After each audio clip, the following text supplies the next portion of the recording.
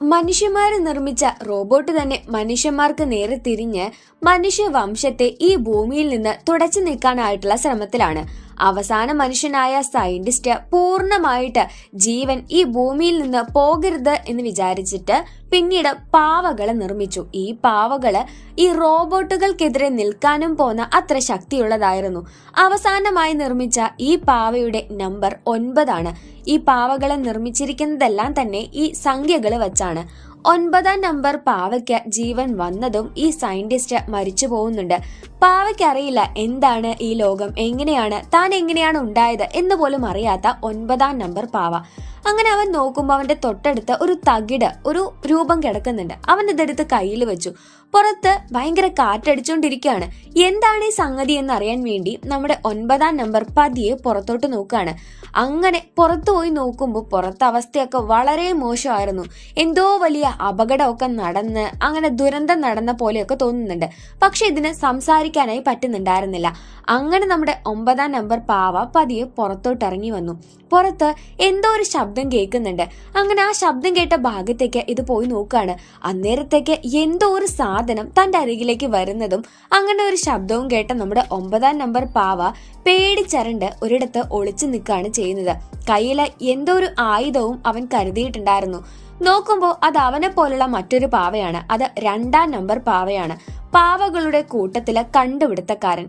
ഇവനെ കണ്ടതും തന്റെ കൂട്ടരാണെന്ന് മനസ്സിലായ നമ്മുടെ 2 നമ്പർ പാവ അവനെ പരിശോധിച്ച് ഇവന് ശബ്ദമില്ലല്ലോ, അപ്പോൾ ശബ്ദം വരുത്തിപ്പിക്കാനായിട്ട് അവിടെയുള്ള ആക്രി സാധനങ്ങളിൽ നിന്ന് എന്തൊക്കെയോ എടുത്ത് അവന്റെ ഉള്ളിൽ റെഡിയാക്കുന്നുണ്ട്. കുറച്ചു നേരം കഴിഞ്ഞപ്പോൾ നമ്മുടെ 9 നമ്പർ പാവയ്ക്ക് ശബ്ദം വന്നു. അപ്പോഴാണ് അവന്റെ കയ്യിലുള്ള തകിട് 2 നമ്പർ പാവ കാണുന്നത്. ഇത് നിനക്ക് എവിടെ നിന്ന് കിട്ടി? ഇത് അയാൾ ഉണ്ടാക്കി കഴിഞ്ഞോ എന്നൊക്കെ 2 നമ്പർ ചോദിക്കാണ്. പെട്ടെന്നൊരു ശബ്ദം കേട്ടു. 9 നമ്പറിനോട് അവിടെയുള്ള ടാൻഡിനകത്ത് ഒളിച്ചിരിക്കാനായിട്ട് 2 നമ്പർ പറയാണ്. അങ്ങനെ ഇവൻ പുറത്തിങ്ങനെ പാറാവ് നിൽക്കുമ്പോൾ പെട്ടെന്ന് വലിയൊരു കാറ്റ് ബീസ്റ്റ്, ഇതൊരു തരം റോബോട്ടാണ്, അത് വന്ന് 2 നമ്പർ പാവയെ അടിച്ചിട്ടു. അപ്പോഴാണ് ടാങ്കിന്റെ അകത്ത് നിന്ന് ഇതൊരു ശബ്ദം കേൾക്കുന്നത്. 2 നമ്പർ പാവയെ അപ്പുറത്തേക്ക് മാറ്റിയിട്ട് ഇത് നേരെ ടാങ്കിനകത്തേക്ക് വന്നു. എന്നാൽ 9 നമ്പറിന്റെ പ്രശ്നമൊന്നും വരാതിരിക്കാൻ വേണ്ടി 2 നമ്പർ വേഗം ഈ കാറ്റ് ബീസ്റ്റിന്റെ മുന്നിൽ വന്ന് നിൽക്കുകയാണ്. അങ്ങനെ ആ ഒരു തകിട് കണ്ടതും തകിടും അതുപോലെ ഈ 2 നമ്പറിനെയും എടുത്തുകൊണ്ട് കാറ്റ് ബീസ്റ്റ് ഇവിടെ നിന്ന് ദൂരേക്ക് പോയി. ഈ 9 നമ്പർ പാവയെ മറ്റൊരു പാവ കാണുന്നുണ്ടായിരുന്നു, 5 നമ്പർ പാവ. അങ്ങനെ 5 നമ്പർ 9 നമ്പറിനെ എടുത്തോണ്ട് വന്ന് അവനെയൊക്കെ റെഡിയാക്കാണ്. അവന്റെ ദേഹത്ത് നിന്ന് ഒരുപാട് ചാക്ക് നൂലുകൾ പോയിട്ടുണ്ടായിരുന്നു, അതൊക്കെ തുന്നി ചേർത്തു. അപ്പോഴാണ് 1 നമ്പർ പാവ വരുന്നത്. ഈ 1 നമ്പർ പാവയാണ് ഇവരുടെ ലീഡർ എന്ന് പറയുന്നത്. ഇവന്റെ കൂട്ടത്തില് എപ്പോഴും അവന്റെ ഒരു ഗാർഡിയനെ പോലെ 8 നമ്പർ പാവ ഉണ്ടായിരിക്കും. പിന്നെ ഇവരുടെ കൂട്ടത്തിലുള്ള ചിത്രം വരക്കാരൻ അല്ലെങ്കിൽ ആർട്ടിസ്റ്റ് ആണ് 6 നമ്പർ പാവ. 9 നമ്പർ പറഞ്ഞു, 2 നമ്പർ മരിച്ചു പോയിട്ടില്ല, അവനെ കാറ്റ് ബീസ്റ്റ് എടുത്തോണ്ട് പോയിട്ടുള്ളൂ, നമുക്ക് അവനെ രക്ഷപ്പെടുത്തിക്കൂടെ എന്ന്. എന്നാൽ 1 നമ്പർ പാവ അതിന് സമ്മതിക്കുന്നില്ല. പകരം പറഞ്ഞു കൊടുത്തു, മനുഷ്യന്മാർ നിർമ്മിച്ച റോബോട്ടുകൾ അവരെ തന്നെ കീഴ്പ്പെടുത്താൻ തുടങ്ങി. എന്നാൽ അതിലെ ഒരു മനുഷ്യൻ നമ്മളെ ഉണ്ടാക്കി. ഞങ്ങൾ ശരിക്കും 8 പേരായിരുന്നു. ഈ മനുഷ്യന്മാരെ ഇല്ലാതാക്കിയതിന് ശേഷം റോബോട്ടുകൾ പിന്നീട് ഞങ്ങളെ നശിപ്പിക്കാനാണ് വന്നത്. പക്ഷെ ഞാൻ കഷ്ടപ്പെട്ട് ഇവരെയും കൊണ്ട് ഒരിടത്ത് ഒളിച്ചിരുന്നതാണ്. നമ്മളിനി പുറത്തോട്ട് പോയിട്ട് അവരെ എന്തിനാ ഇങ്ങോട്ട് വരുത്തിപ്പിക്കുന്നത്? നമുക്കിവിടെ സൗകര്യത്തോടെ ഉള്ള സൗകര്യത്തിൽ നല്ല സുഖമായി ജീവിക്കാലോ എന്നൊക്കെയാണ് 1 നമ്പർ പറയുന്നത്. എന്നാൽ ഇയാൾക്ക് പേടിയാണെന്നുള്ള കാര്യം 9 നമ്പറിന് മനസ്സിലായിട്ടുണ്ടായിരുന്നു. അങ്ങനെ നമ്മുടെ 9 നമ്പർ പാവയും 5 നമ്പർ പാവയും കൂടിയിട്ട് ഇപ്പൊ ഇവിടെയുള്ള വാച്ച് ടവറിൽ പോയിരിക്കുമ്പോൾ 9 പറഞ്ഞു, ദേ ആ കാണുന്ന ഫാക്ടറിക്കരികിലേക്ക് 2 കാറ്റ് ബീസ്റ്റ് പിടിച്ചോണ്ട് പോയതെന്ന്. അവൻ നിന്റെ സുഹൃത്തല്ലേ, നിനക്കിങ്ങനെ ഒരു അപകടം വന്നാൽ 2 നമ്പർ ചുമ്മാ ഇരിക്കുമായിരുന്നില്ലല്ലോ, നമുക്ക് അവനെ പോയി രക്ഷിക്കാമെന്ന് പറയാണ് 9. അങ്ങനെ 1 നമ്പർ അറിയാതെ ഇവർ 2 പേരും കൂടി അവരുടെ ആ ഒളിത്താവളത്തിൽ നിന്ന് പുറത്തേക്ക് കടക്കാണ്. ചുറ്റും നോക്കുമ്പോൾ ഭയങ്കര പേടി വരുന്നുണ്ട്. കാരണം ഈ റോബോട്ടുകളെല്ലാം തന്നെ ഇവിടെയുള്ള എന്ത് തരം ജീവനുള്ള സാധനങ്ങളായിക്കോട്ടെ അവയൊക്കെ തന്നെ നശിപ്പിച്ച് കളയുമായിരുന്നു. ഇവര് പുറത്തിറങ്ങി എന്ന് കണ്ടാൽ അപ്പം ഇങ്ങോട്ട് ഓടി വരുമായിരുന്നു. ഇപ്പൊ കാറ്റ് ബീസ്റ്റ് ഉറങ്ങുന്ന സമയത്താണ് ഇവർ ഇറങ്ങിയിരിക്കുന്നത്. അങ്ങനെ അവിടെ നിന്നൊരു ബൾബ് കിട്ടി. ഇവരുടെ ശരീരം ചാക്കുനൂലും അതുപോലെ കോപ്പറും കൊണ്ടൊക്കെ നിർമ്മിച്ചതാണ്. അങ്ങനെ ആ ബൾബ് കത്തിച്ച് ഇവര് അകത്തോട്ട് കടക്കുകയാണ്, അതായത് ആ ഫാക്ടറിക്കുള്ളിലേക്ക് കടക്കുകയാണ്. ഒരു തരം ട്യൂബിനകത്തു കൂടിയാണ് അകത്തോട്ട് കടക്കുന്നത്. അവിടെ നിന്ന് 2-ാം നമ്പർ പാവയെ ഒരു കൂട്ടിനുള്ളില് കാറ്റ് ബീസ്റ്റ് ഇട്ടുവെച്ചതായിട്ട് ഇവര് കാണുന്നുണ്ട്. അങ്ങനെ ഇവര് പതിയെ 2-ാം നമ്പറിന്റെ അരികിലേക്ക് ചെന്ന് അതിനെ വിളിക്കാണ്. നോക്കുമ്പോൾ കാറ്റ് ബീസ്റ്റ് ഇവരുടെ കയ്യിൽ ഉണ്ടായിരുന്ന ആ ഒരു തകിട് അവിടെ എന്തോ ഒരു സാധനത്തിൽ ഘടിപ്പിക്കാനായുള്ള പോക്കായിരുന്നു. ഇവിടെ നിന്ന് ശബ്ദം കേട്ടതും കാറ്റ് ബീസ്റ്റ് ഇവരുടെ നേരെ തിരിഞ്ഞു. എന്നാൽ അതിനെ ഇല്ലാതാക്കാൻ വേണ്ടിയിട്ട് മറ്റൊരാൾ കടന്നു വരികയാണ്. നോക്കുമ്പോൾ 7-ാം നമ്പർ പാവയാണ്. ഇവരുടെ കൂട്ടത്തിലെ തന്നെ വില്ലാളി വീരത്തി, കൂട്ടത്തിലെ ഒരേ ഒരു പെൺതരി. അങ്ങനെ ഇവര് അവിടെ നിന്ന് ആ തകിട് കണ്ടപ്പോൾ 9-ാം നമ്പർ പാവ കറക്റ്റ് കൊണ്ടുപോയിട്ട് അതൊരു സ്ഥലത്ത് വെക്കുകയാണ്. ആ ഒരു കാറ്റ് ബീസ്റ്റ് വെക്കാൻ കൊണ്ടുപോയ സ്ഥലത്ത് തന്നെ പെട്ടെന്നായിരുന്നു 2-ാം നമ്പർ പാവയുടെ ആത്മാവ് വലിച്ചെടുത്തുകൊണ്ട് ഒരു മെഷീൻ അവിടെ ഓൺ ആവുന്നത്. 2-ാം നമ്പർ പാവ അതിന്റെ മുന്നിൽ വന്ന് ചാടിയിട്ടുണ്ടായിരുന്നു കേട്ടോ. അങ്ങനെ കഷ്ടപ്പെട്ട് ഇവർ ഇപ്പോൾ നിലവിലുള്ള റോബോട്ടുകളെയൊക്കെ ഇല്ലാതാക്കിയെങ്കിലും ഇപ്പോൾ മറ്റൊരു റോബോട്ട് ഇപ്പോൾ ജീവൻ വന്നിരിക്കുകയാണ്. ഇവർ 3 പേര്, അതായത് 2-ാം നമ്പർ പാവയുടെ ആത്മാവ് ആ ഒരു റോബോട്ട് വലിച്ചെടുത്തിട്ടാണ് അതിനിപ്പോൾ ജീവൻ വന്നിരിക്കുന്നത്. 9-ാം നമ്പറും 5-ാം നമ്പറും 7-ാം നമ്പറും കൂടിയിട്ട് ഇവിടെ നിന്ന് ഒരു ട്യൂബ് വഴി പുറത്തോട്ട് കടക്കാണ്. ഇതിന്റെ പിന്നാലെയായിട്ട് ആ റോബോട്ട് വരുന്നുണ്ടായിരുന്നു. ആ റോബോട്ടിന്റെ പേരായിരുന്നു ബ്രെയിൻ. അങ്ങനെ 2-ാം നമ്പർ പാവയെ ഇവർക്ക് രക്ഷപ്പെടുത്താൻ സാധിച്ചില്ല. 7-ാം നമ്പർ പാവ തൽക്കാലത്തേക്ക് ഇവരെ അവിടെ നിന്ന് രക്ഷപ്പെടുത്തിയിട്ട് വേറൊരു സ്ഥലത്തേക്ക് കൊണ്ടുപോകുന്നു. എന്നാൽ ബ്രെയിൻ ആണെങ്കിൽ അതിന് ഒരു കഴിവുണ്ട്. അതിന് റോബോട്ടുകളെ സ്വയം നിർമ്മിക്കാനായി സാധിക്കും. അത് റോബോട്ടുകളെ നിർമ്മിക്കാനായി തുടങ്ങിയിരുന്നു. ഇതൊന്നും അറിയാതെയാണ് ഇവര് നേരെ ഇവിടെ അടുത്തുള്ള ഒരു ലൈബ്രറിയിലുള്ള ഒരു സ്ഥലത്തേക്ക് പോകുന്നത്. ഈ ലൈബ്രറിക്കുള്ളിലാണ് ട്വിൻസ് ആയിട്ടുള്ള 3-ാം നമ്പറും 4-ാം നമ്പറും ഒളിച്ചിരിക്കുന്നത്. അവർക്ക് സംസാരിക്കാൻ പറ്റില്ല. അങ്ങോട്ടും ഇങ്ങോട്ടും കണ്ണിലെ ബൾബ് കത്തിച്ചാണ് സംസാരിക്കാറുള്ളത്. അങ്ങനെ അവിടെ നിന്ന് നമ്മുടെ 9-ാം നമ്പറിന് അവിടെയുള്ള ഈ ന്യൂസ് പേപ്പർ കട്ടിങ്സിൽ നിന്നൊക്കെ ഒരു കാര്യം മനസ്സിലാവുകയാണ്. ജർമ്മനിയിൽ ഉണ്ടായിരുന്ന ഒരു സയന്റിസ്റ്റിനോട് ഒരു പട്ടാളക്കാരനാണ് ആദ്യമായിട്ട് റോബോട്ടുകളെ നിർമ്മിക്കാനായിട്ട് പറഞ്ഞത്. എന്തിനാണെന്ന് വെച്ചാൽ ഇവർക്ക് ചെറിയ ചില വീട്ടാവശ്യങ്ങളും അങ്ങനത്തെ ആവശ്യങ്ങളൊക്കെ നിറവേറ്റാൻ വേണ്ടിയിട്ടായിരുന്നു.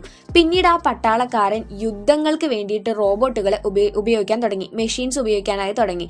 അങ്ങനെ ഈ റോബോട്ടുകൾക്ക് സ്വയമായിട്ട് ചിന്തിക്കാനുള്ള കഴിവ് വരികയും പിന്നീട് അങ്ങോട്ട് മനുഷ്യന്മാരെ ഇല്ലാതാക്കിയിട്ട് ഈ ലോകം ഭരിക്കാനായിട്ട് മെഷീൻസ് തീരുമാനിക്കുകയും ചെയ്തു. അങ്ങനെയാണ് ഈ ഒരു ലോകത്ത് ഈ ഒരു അവസ്ഥയിലേക്ക് ഇപ്പോൾ ഇവിടെ എത്തിച്ചേർന്നിരിക്കുന്നത്. ആ ഒരു തകിടും അതുപോലെ ആ തകിടിന്റെ സിമ്പല് അവിടെ നമ്മുടെ 9-ാം നമ്പർ കാണുന്നുണ്ട്. അപ്പോൾ അതും ഈ റോബോട്ടുകളുടെ ജീവനും തമ്മിൽ എന്തോ ഒരു ബന്ധമുണ്ട്. അത് കണ്ടെത്തണമെങ്കിൽ 6-ാം നമ്പർ പാവയുടെ അടുത്ത് അവൻ വരച്ചു വെച്ചിരിക്കുന്ന സിമ്പലുകളൊക്കെ 9-ാം നമ്പറിന് ഓർമ്മ വരികയാണ്. അങ്ങനെ അവിടെ പോയി അന്വേഷിക്കാമെന്ന് ഇവർ തീരുമാനിക്കുകയാണ്. പക്ഷെ 7-ാം നമ്പർ ഇവരുടെ കൂടെ പോയില്ല. കാരണം 1-ാം നമ്പർ അല്ലെങ്കിൽ ഇവരുടെ നേതാവ് 7-നെ പുറത്താക്കിയതായിരുന്നു. അങ്ങനെ 6-നോട് കാര്യം അന്വേഷിക്കാൻ വേണ്ടി ഇവർ ചെല്ലുന്ന സമയത്ത് ഇവിടെയുള്ള നമ്മുടെ ലീഡർ ആണെങ്കിൽ ഇവിടെ നിന്ന് വെളിയിൽ പോയതിനും അതുപോലെ തന്നെ ആ റോബോട്ടുകളെ ഉണർത്തിയതിന്റെ പേരിൽ ഇവർ ഒരുപാട് ചീത്ത പറയുന്നുണ്ട്. 9-ാം നമ്പറിനെ നമുക്ക് വിശ്വസിക്കാൻ പറ്റില്ല എന്നൊക്കെ പറഞ്ഞ് 8-ാം നമ്പറിനോട് 9-ാം നമ്പറിനെ പിടിച്ച് പൂട്ടിയിടാനായി പറയാണ്. അന്നേരമാണ് ഇവിടേക്ക് ഒരു യന്ത്രപക്ഷി കടന്നു വരുന്നത്. ഈ യന്ത്രപക്ഷിയെ ഇപ്പോൾ നമ്മുടെ ബ്രെയിൻ ഉണ്ടാക്കിയെടുത്തതായിരുന്നു. അങ്ങനെ ആ യന്ത്രപക്ഷി വന്നതും 1-ാം നമ്പർ ഒരൊറ്റ ഓട്ടം, ലീഡർ ആണല്ലോ, മറ്റാരുടെയും കാര്യം നോക്കാതെ അത് ഇവിടെ നിന്ന് ഓടി രക്ഷപ്പെടാൻ നോക്കുകയാണ്. 1-ാം നമ്പറിനെ രക്ഷപ്പെടുത്താൻ പിന്നാലെ പോയ 8-ാം നമ്പറിനെയാണ് ഇപ്പൊ ആ പക്ഷി പിടികൂടിയിരിക്കുന്നത്. എന്നാൽ 9-ാം നമ്പറും 5-ാം നമ്പറും എല്ലാവരും ചേർന്ന് ഈ 8-ാം നമ്പറിനെ രക്ഷപ്പെടുത്താനായിട്ട് ഒന്നിച്ചു ചേർന്ന് നിൽക്കുകയാണ്. അന്നേരത്തേക്ക് 1-ാം നമ്പറും ഇവരുടെ പിന്നാലെയായി വരുന്നുണ്ട്. കറക്റ്റ് സമയത്ത് 7-ാം നമ്പറും കൂടി അവിടേക്ക് വന്ന് ഇവര് ആ ഒരു യന്ത്രപക്ഷിയുടെ അത് പ്രവർത്തിച്ചിരുന്ന ഒരു വയറും സംഭവം കണക്ഷനൊക്കെ ഉണ്ട്, അതൊക്കെ മാറ്റിയിട്ട് ഒരുവിധം അതിന്റെ കണക്ഷനും കാര്യങ്ങളും നിർത്തി ഇപ്പൊ അത് വർക്കിംഗ് മോഡിലല്ലായിരുന്നു. എന്നാൽ ആ സമയത്തേക്ക് ഇവര് താമസിച്ചിരുന്ന ആ ഒരു ഒളിച്ച് താമസിച്ചിരുന്ന സാഞ്ചുറി ഉണ്ട്, അത് മുഴുവനായിട്ട് കത്തിക്കരിഞ്ഞുപോയി. 1-ാം നമ്പറിന് സങ്കടമായി. തൽക്കാലത്തേക്ക് ഇവർ ആ ലൈബ്രറിയിലേക്ക് തന്നെയാണ് ചെല്ലുന്നത്, അവിടെ ഒളിച്ച് താമസിക്കാൻ വേണ്ടിയിട്ട്. പക്ഷെ ഇതിനോടകം തന്നെ ഒരുപാട് യന്ത്രങ്ങളെ ഈ ഒരു ബ്രെയിൻ ഉണ്ടാക്കി എടുത്തിട്ടുണ്ടായിരുന്നു. അതിലൊരെണ്ണമായിരുന്നു 2-ാം നമ്പറിന്റെ ആത്മാവ് ഈ ബ്രെയിൻ എടുത്തിട്ടുണ്ടായിരുന്നെങ്കിലും അതിന്റെ കുപ്പായം അവിടെയുണ്ട്. അപ്പൊ ആ കുപ്പായം വെച്ച് തന്റെ കൂട്ടാളികളെ പറ്റിക്കാം എന്നാണ് ബ്രെയിൻ തീരുമാനിച്ചു വെച്ചിരിക്കുന്നത്. ഇവിടെ ആണെങ്കിൽ നമ്മുടെ ലൈബ്രറിയിൽ എല്ലാവരും തന്നെ ആ ഒരു തകിടിലുള്ള സിമ്പല് അതെന്താണെന്ന് അന്വേഷിച്ച് നമ്മുടെ 6-ാം നമ്പർ വരച്ച പിക്ചറൊക്കെ നോക്കിക്കൊണ്ടിരിക്കുന്ന സമയത്തായിരുന്നു 8-ാം നമ്പർ അവൻ അവിടെ പുറത്ത് സെക്യൂരിറ്റിക്ക് നിൽക്കുകയായിരുന്നു കേട്ടോ. അവന്റെ അടുത്തേക്ക് നമ്മുടെ 2-ാം നമ്പറിന്റെ കുപ്പായ എടുത്തിട്ടുകൊണ്ട് ബ്രെയിനിന്റെ മറ്റൊരു മെഷീൻ കടന്നു വരുന്നത്. ഇന്നേരത്തെ നമ്മുടെ 6-ാം നമ്പറും 1-ാം നമ്പറും കൂടി ഒരു ബുക്കൊക്കെ നോക്കിയിട്ട് 9-ാം നമ്പറിന് പറഞ്ഞു കൊടുത്തു. ഇവിടെ പണ്ടുണ്ടായിരുന്ന ഈ ഒരു സയന്റിസ്റ്റ് അദ്ദേഹമാണ് ഈ ഒരു തകിട് നിർമ്മിച്ചിട്ടുള്ളത്. അതായത് നമ്മുടെ 9-ാം നമ്പറിന് ഉണ്ടാക്കിയിട്ടുള്ള ഒരു ലാബില്ലേ, അവിടെയാണ് കറക്റ്റായിട്ട് പുസ്തകങ്ങളുള്ളത്. ആ പുസ്തകങ്ങൾ നോക്കിയാൽ മാത്രമാണ് ഇവരും ആ ഒരു തകിടും അതുപോലെ തന്നെ ഈ ബ്രെയിനും തമ്മിലുള്ള കണക്ഷൻ അറിയാനായി പറ്റുള്ളൂ. ഇന്നേരത്തേക്ക് നമ്മുടെ 2-ാം നമ്പറിന്റെ രൂപത്തിൽ വന്നിട്ടുണ്ടായിരുന്ന ആ ഒരു യന്ത്രപ്പാമ്പാണ് കേട്ടോ. ആ യന്ത്രപ്പാമ്പ് 8-ാം നമ്പറിനെ ഹിപ്നോട്ടൈസ് ചെയ്തിട്ടുണ്ടായിരുന്നു. അവിടെ എത്തിയ 1-ാം നമ്പറിനെയും ഇത് ഹിപ്നോട്ടൈസ് ചെയ്യുമ്പോഴേക്ക് 1-ാം നമ്പർ ഇവിടെ നിന്ന് പുറകോട്ട് ഓടി രക്ഷപ്പെട്ടിട്ടുണ്ടായിരുന്നു. ഇപ്പൊ 8-ാം നമ്പറും അതുപോലെ തന്നെ ഇവരെ രക്ഷപ്പെടുത്താനായി വന്ന 9-ാം നമ്പറും 5-ാം നമ്പറും കൂടി ഇപ്പൊ പാമ്പിന്റെ മുന്നിൽ അകപ്പെട്ടു. എന്നാൽ 9-ാം നമ്പറിനെ ഇത് ഹിപ്നോട്ടൈസ് ചെയ്യുന്ന മനസ്സിലായിട്ട് അത് കണ്ണു തിരിച്ചു. എന്നാൽ 5-ാം നമ്പർ ശരിക്കും അവന്റെ മുന്നിൽ പെട്ടുപോവാണ്. അങ്ങനെ 5-ാം നമ്പറിനെ പിടിച്ചില്ല, പകരം 7-ാം നമ്പറിനെയും 8-ാം നമ്പറിനെയും പിടിച്ചിട്ടാണ് ആ ഒരു യന്ത്രപ്പാമ്പ് ഇവിടെ നിന്ന് പോകുന്നത്. അന്നേരത്തേക്ക് 2-ാം നമ്പറിന്റെ ശരീരം ഇവർക്ക് കിട്ടിയിട്ടുണ്ടായിരുന്നു. അത് ഇവരുടെ ആചാരപ്രകാരം ഇവരെല്ലാവരും കൂടി അടക്കം ചെയ്തു. ഇപ്പൊ 1-ാം നമ്പറിന് നല്ല രീതിയിൽ വിഷമം വരുന്നുണ്ട്. കാരണം എപ്പോഴും തന്റെ ആളുകളെ മുന്നിലേക്ക് ഇട്ടുകൊടുത്തുകൊണ്ട് 1-ാം നമ്പർ രക്ഷപ്പെടുമായിരുന്നല്ലോ. ഇപ്പൊ 7-ാം നമ്പറിനെ രക്ഷപ്പെടുത്താനായിട്ട് നമ്മുടെ 9ഉം 5ഉം കൂടി ചെന്നിരിക്കുകയാണ്. അങ്ങനെ മറ്റൊന്നും ചിന്തിക്കാതെ എന്ത് തന്നെ നടന്നോട്ട് ഒരു കുഴപ്പമില്ല എന്ന് വിചാരിച്ച് 9-ാം നമ്പർ നേരെ ആ ഒരു യന്ത്രപ്പാമ്പിന്റെ അരികിലേക്ക് പോയിട്ട് അത് പിടിച്ചുകൊണ്ട് പോയിട്ടുണ്ടായിരുന്ന നമ്മുടെ 7-ാം നമ്പറിനെ രക്ഷപ്പെടുത്തി. അപ്പോഴേക്ക് 8-ാം നമ്പറിന്റെ ആത്മാവ് അവർ ആ ഒരു മെഷീനിലേക്ക് ആവാഹിച്ചിട്ടുണ്ടായിരുന്നു. അതുകൊണ്ട് അത് ഇവർക്ക് സാധിച്ചില്ല. പക്ഷെ എന്നിരുന്നാലും നമ്മുടെ 7-ാം നമ്പറും 9-ാം നമ്പറും കൂടിയിട്ട് ഈ യന്ത്രപ്പാമ്പിനെ അവിടെ ഉണ്ടായിരുന്ന ഒരു മെഷീൻ വെച്ച് കരയിച്ച് കളയാണ് ചെയ്യുന്നത്. എന്നിട്ട് അവര് നേരെ പുറത്തോട്ട് വന്നു. എന്നാൽ പുറത്തേക്ക് വന്നിട്ട് വല്ല കാര്യമുണ്ടോ? ബ്രെയിൻ അപ്പോഴേക്ക് വേറെയും ഒരുപാട് മെഷീൻസിനെ ഉണ്ടാക്കി എടുത്തിട്ടുണ്ടായിരുന്നു. ബ്രെയിൻ നേരിട്ട് തന്നെ ഇവരെ നേരിടാനായിട്ട് വന്നുകൊണ്ടിരിക്കുകയാണ്. എന്നാൽ ഇവർക്ക് അങ്ങനെ വിട്ടുകൊടുക്കാനായി സാധിക്കുമായിരുന്നില്ല. കാരണം ഇവരുടെ മുന്നിൽ ഇനിയും ഒരുപാട് കടമ്പകൾ ബാക്കിയുണ്ട്. ഇവർക്ക് എല്ലാവർക്കും കൂടി ആ ഒരു സയന്റിസ്റ്റിന്റെ അടുത്തോട്ട് പോയി സയന്റിസ്റ്റിന്റെ ലാബിൽ പോയിട്ട് അവിടെയുള്ള ബുക്കുകൾ നോക്കി ഈ ഒരു തകിടിന്റെ രഹസ്യം എന്താണെന്ന് കണ്ടുപിടിക്കണം. അതിന് ഇവരെല്ലാവരും വേണം. ഇപ്പൊ ആ ഒരു ബ്രെയിനിന്റെ സങ്കേതം ഇവരെ തീയിട്ടു. പക്ഷെ അതിനകത്ത് പലരും പെട്ടു അല്ലെങ്കിൽ പരിക്ക് പറ്റിയിട്ടൊക്കെ ഉണ്ടായിരുന്നു. താൽക്കാലികമായിട്ട് ഇനി എന്തായാലും നമുക്ക് ഈ ഒരു തകിടിനെ പറ്റി കറക്റ്റ് അന്വേഷിച്ചറിഞ്ഞിട്ട് മാത്രമേ മുന്നോട്ട് എന്തെങ്കിലും ചെയ്യാൻ പറ്റുള്ളൂ. അങ്ങനെ ഒരു രീതി വന്നപ്പോൾ നമ്മുടെ 9-ാം നമ്പർ തൽക്കാലത്തേക്ക് ഇവരൊരിടത്തേക്ക് മാറ്റി പറപ്പിച്ചതിന് ശേഷം അവൻ ജനിച്ചു വളർന്ന ആ ഒരു ലാബിലേക്ക് പോവാനായിട്ട് തീരുമാനിക്കുകയാണ്. അന്നേരത്തേക്ക് നമ്മുടെ 5-ാം നമ്പറിനെയും ഇവിടെ നിന്ന് ഈ ഒരു മെഷീൻ പിടികൂടിയിട്ടുണ്ടായിരുന്നു, അല്ലെങ്കിൽ ബ്രെയിൻ പിടികൂടിയിട്ട് അവന്റെ ആ ഒരു ആത്മാവിനെ കൂടി ആവാഹിച്ചെടുത്തിട്ടുണ്ടായിരുന്നു. 9-ാം നമ്പർ ഇത് കണ്ട് 6-ാം നമ്പറിനെ കൂട്ടിക്കൊണ്ട് അവനെ രക്ഷപ്പെടുത്താനായി പോവാൻ നിന്നതാണ്. പക്ഷേ എന്തുകൊണ്ടോ സാധിച്ചില്ല. ഇവരെല്ലാവരും ഓടി രക്ഷപ്പെടാൻ ശ്രമിച്ച ആ ഒരു പാലത്തിൽ നിന്ന് നമ്മുടെ ബ്രെയിൻ താഴേക്ക് വീണു.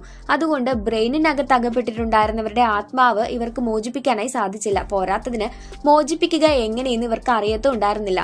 9-ാം നമ്പർ വേഗം തന്നെ ആ ലാബിലേക്ക് ചെന്നു. അപ്പോഴാണ് മനസ്സിലാവുന്നത് ഇവരെ ഉണ്ടാക്കിയ ആ സയന്റിസ്റ്റ് തന്നെയാണ് റോബോട്ടുകളെ ഉണ്ടാക്കിയിട്ടുണ്ടായിരുന്നത്.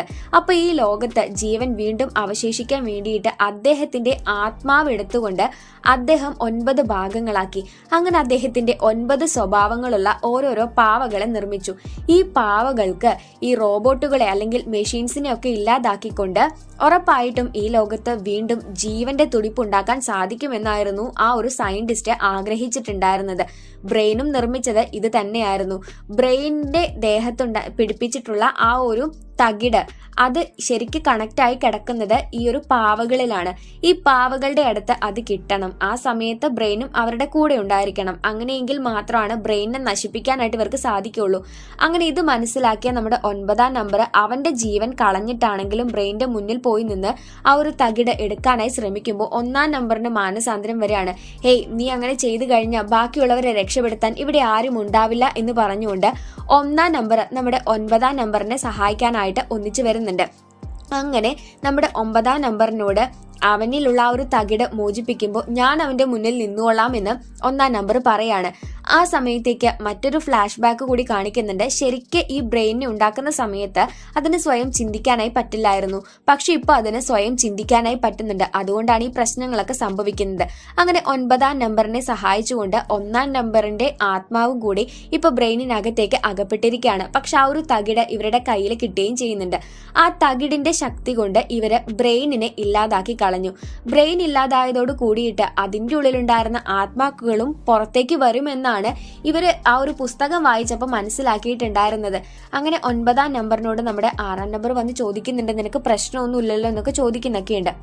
ഇപ്പൊ തൽക്കാലത്തേക്ക് പ്രശ്നങ്ങളൊന്നുമില്ല, നമ്മുടെ ബ്രെയിൻ നശിച്ചു പോയതുകൊണ്ട് തന്നെ ഇനി റോബോട്ടുകൾ ഉണ്ടോ അത് കൺഫേം അല്ലാത്ത കാര്യമാണ്. അങ്ങനെ ആ തകിടിന്റെ സഹായത്തോട് കൂടിയിട്ട് ഇത്രയും നേരം അകപ്പെട്ടിട്ടുണ്ടായിരുന്ന ആ ആത്മാക്കളെ ഇവർ വെളിയിലേക്ക് കൊണ്ടുവന്നു. 8-ാം നമ്പർ ഉണ്ടായിരുന്നു, 5-ാം നമ്പർ ഉണ്ടായിരുന്നു, 7-ാം നമ്പർ ഉണ്ടായിരുന്നു, അങ്ങനെ കുറച്ചേറെ ആത്മാക്കൾ ഉണ്ടായിരുന്നു. അവരെ എല്ലാവരെയും തന്നെ ഇപ്പോൾ എല്ലാവരും കൂടിയിട്ട് യാത്ര അയക്കുകയാണ്. അതായത് അവർ ആത്മാക്കളാണ്, എന്തായാലും ഇഹലോകത്ത് നിന്ന് പരലോകത്തേക്ക് പോവേണ്ടവരാണ്. അങ്ങനെ ഇവരെല്ലാവരും നേരെ ആകാശത്തോട്ട് പോയതും അവർ ഒരു മേഘം പോലെ മാറുകയും ചെയ്യുന്നുണ്ട്. ആ മേഘം പിന്നീട് മഴ പെയ്യിപ്പിക്കുകയാണ്. ഇപ്പൊ പെയ്ത മഴയിൽ ആദ്യകാലത്തുണ്ടായ മഴയെ പോലെ, അതല്ലെങ്കിൽ ഭൂമിയിൽ ആദ്യം പെയ്ത മഴയെ പോലെ ബാക്ടീരിയകൾ ഉണ്ടായിരുന്നു. പിന്നീട് ബാക്ടീരിയകൾ ഭൂമിയിലേക്ക് വന്ന് വീണ്ടും ഭൂമിയിൽ ജീവൻ തുടിച്ചു എന്നാണ് പറയുന്നത്. സോ ഇങ്ങനത്തെ ഒരു സീനോട് കൂടിയിട്ടാണ് 2009 പുറത്തിറങ്ങിയ നയൻ എന്ന സിനിമ അവസാനിക്കുന്നത്.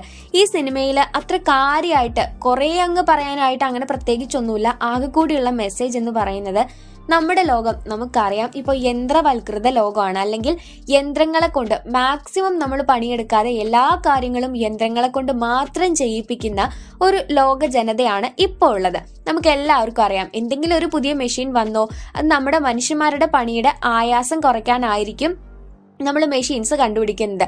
ഇങ്ങനെ പോയി കഴിഞ്ഞാൽ മെഷീൻസ് നമ്മളെ പോലെ തന്നെ ചിന്തിക്കാനും തുടങ്ങിക്കഴിഞ്ഞാൽ എന്തായിരിക്കും നമ്മുടെ സ്ഥിതി?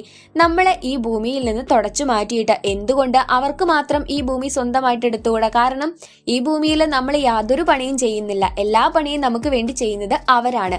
അപ്പൊ അവർ ചിന്തിക്കാൻ തുടങ്ങിക്കഴിഞ്ഞാൽ നമ്മുടെ ആവശ്യം എന്തുണ്ട് ഇവിടെ? മനുഷ്യന്മാരുടെ ആവശ്യം എന്തുണ്ട്? മനുഷ്യന്മാർ എന്തെങ്കിലും കാര്യം ഇവിടെ ചെയ്യുന്നുണ്ടോ? എല്ലാം ചെയ്യുന്നത് അവരാണ്. അങ്ങനെ ഒരു ചിന്ത എങ്ങാൻ ഈ മെഷീൻസിൽ വന്ന് തുടങ്ങിക്കഴിഞ്ഞാൽ ഇത് നടക്കുമോ എന്നല്ല, പക്ഷേ ലോകം വീണ്ടും വീണ്ടും മുന്നോട്ട് സഞ്ചരിച്ചുകൊണ്ടിരിക്കുകയാണ്. ഇപ്പോൾ റോബോട്ടിക് യുഗം വരെ നമ്മൾ എത്തിയിട്ടുണ്ട്. കമ്പ്യൂട്ടർ യുഗത്തിൽ നിന്ന് റോബോട്ടിക് യുഗം വരെ നമ്മൾ എത്തിയിരിക്കുകയാണ്. അപ്പൊ മുന്നോട്ട് പോകുന്തോറും ഇപ്പൊ നമ്മൾ AI എന്നൊക്കെ പറയുന്നുണ്ട്, സ്വയം ചിന്തിക്കാൻ കഴിവുള്ള, നമ്മൾ മനസ്സിൽ ആഗ്രഹിക്കുന്നത് പെട്ടെന്ന് മനസ്സിലാക്കിയിട്ട് നമുക്ക് വേണ്ടത് ചെയ്തു തരാൻ കഴിവുള്ള റോബോട്ടുകളെയൊക്കെ ഉണ്ടാക്കിയിട്ട് നമ്മളെപ്പോലെ തന്നെ റോബോട്ടുകളും ഈ ഭൂമിയിൽ ജീവിക്കാൻ തുടങ്ങിക്കഴിഞ്ഞാൽ എന്തായാലും നമുക്കറിയാവുന്ന കാര്യമാണ്, നമ്മൾ തന്നെയാണ് അവരെ നിർമ്മിക്കുന്നത്. പക്ഷെ നമ്മളെക്കാൾ കൂടുതൽ ഇന്റലിജന്റ് ആയിരിക്കും അവര്. അതുകൊണ്ട് അവർ ഈ ലോകം കീഴടക്കും എന്നുള്ളത് ഇനി വരുന്ന കാലത്ത് കേട്ടോ, അത് നമുക്ക് ഉറപ്പിച്ച് പറയാവുന്ന കാര്യം തന്നെയാണ്. യന്ത്രങ്ങൾ മനുഷ്യന്മാരെ ഭരിക്കുന്ന കാലം വരും ഇങ്ങനെ പോയി കഴിഞ്ഞാൽ. അപ്പോൾ ആ ഒരു ലോകത്തിന്റെ അവസ്ഥ എങ്ങനെയായിരിക്കും? പിന്നീട് ഈ ഭൂമിയിൽ ജീവൻ തന്നെ ഇല്ലാതായി കഴിഞ്ഞാൽ എങ്ങനെയായിരിക്കും അവസ്ഥ എന്നുള്ളതാണ് 2009 പുറത്തിറങ്ങിയ നയൻ എന്ന ഈ ഒരു മൂവിയിൽ കാണിക്കുന്നത്. ഇതൊരു കമ്പ്യൂട്ടർ ആനിമേറ്റഡ് ഫിലിമാണ് കേട്ടോ. പക്ഷെ നമുക്ക് ഒട്ടും തന്നെ ഫീൽ ചെയ്യില്ല. നമ്മൾ ആകെ കൂടി ഇതിൽ ശ്രദ്ധിക്കുക എന്ന് പറയുമ്പോൾ ആ ഒരു ലോകം, അങ്ങനെ ഒരു അവസ്ഥ നമുക്ക് വന്നു കഴിഞ്ഞാൽ എന്തായിരിക്കും, എത്രത്തോളം ഭീകരമായിരിക്കും എന്നുള്ളത് മാത്രമാണ് നമ്മൾ ചിന്തിക്കുക. ഇതിൽ ഓരോരോ പോയിന്റുകളിലും ആ ഒരു ഭീകരത നമ്മളെ കാണിച്ചു തരുന്നുണ്ട്. നിങ്ങൾ കണ്ടിട്ടില്ല എങ്കിൽ ഉറപ്പായിട്ടും കണ്ടു നോക്കുക കേട്ടോ. നല്ലൊരു അടിപൊളിയായിട്ടുള്ള ഫിലിമാണ്. നമുക്കൊരു നമുക്കൊരു മുന്നറിയിപ്പ് എന്ന് പറയാൻ പറ്റും, അങ്ങനത്തെ ഒരു ഫിലിമാണ് കേട്ടോ. അപ്പൊ നിങ്ങളുടെ അഭിപ്രായങ്ങൾ കമന്റ്സ് ആയിട്ട് അറിയിക്കുക. വീഡിയോ ഇഷ്ടപ്പെട്ടുവെങ്കിൽ ലൈക്ക് ചെയ്യുക. ഇത്തരത്തിലെ വീഡിയോസ് കാണാൻ നമ്മുടെ ചാനൽ ഒന്ന് സബ്സ്ക്രൈബ് ചെയ്ത് വെച്ചേക്കുക കേട്ടോ. എന്തെങ്കിലും മനസ്സിലാവാതെ വന്നുവെങ്കിൽ, അല്ലെങ്കിൽ എന്തെങ്കിലും മാറ്റങ്ങൾ കൊണ്ടുവരണമെങ്കിൽ ഉറപ്പായിട്ടും കമന്റ്സ് ആയിട്ട് അറിയിക്കുക. സോ അടുത്തൊരു വീഡിയോ ആയിട്ട് നമുക്ക് വീണ്ടും കാണാമേ. അതുവരേക്ക് സേഫ് ആയിട്ട് ഹാപ്പി ആയിട്ടിരിക്കുക. ടാറ്റാ, ബൈ.